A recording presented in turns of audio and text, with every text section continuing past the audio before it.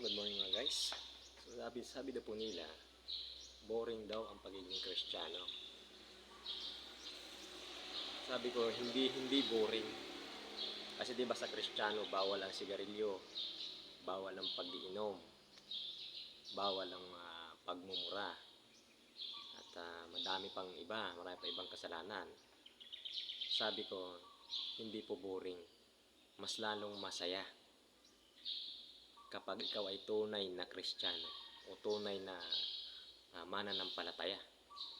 Kasi doon mo po mararamdaman ang kapayapaan na hindi mo pa naranasan nung ikaw dati. Kasi ako po ganyan. Dati,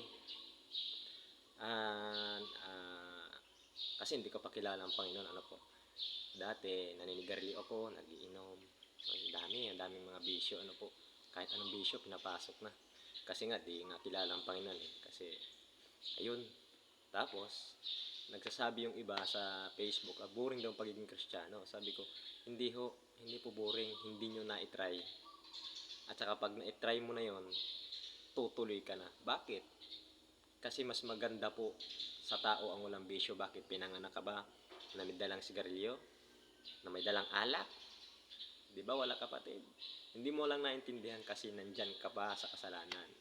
Sabi ng Panginoon, pagsisihan mo ang iyong kasalanan, tanggapin mo ang Panginoong Hesukristo sa iyong puso, at ikaw ay maliligtas. Ang kaakibat ng kapatid ay change your life, pagbabago ng iyong buhay. Kaya kapatid, hindi pa nahuhuli ang lahat. Sa lahat po ng mga viewers po sa aking TikTok, kung may katanungan ho kayo, magtanong ho kayo sa akin, Dahil ngayon pa lang po ako nagpapakilala ng ganito, So, hindi po natin alam yan.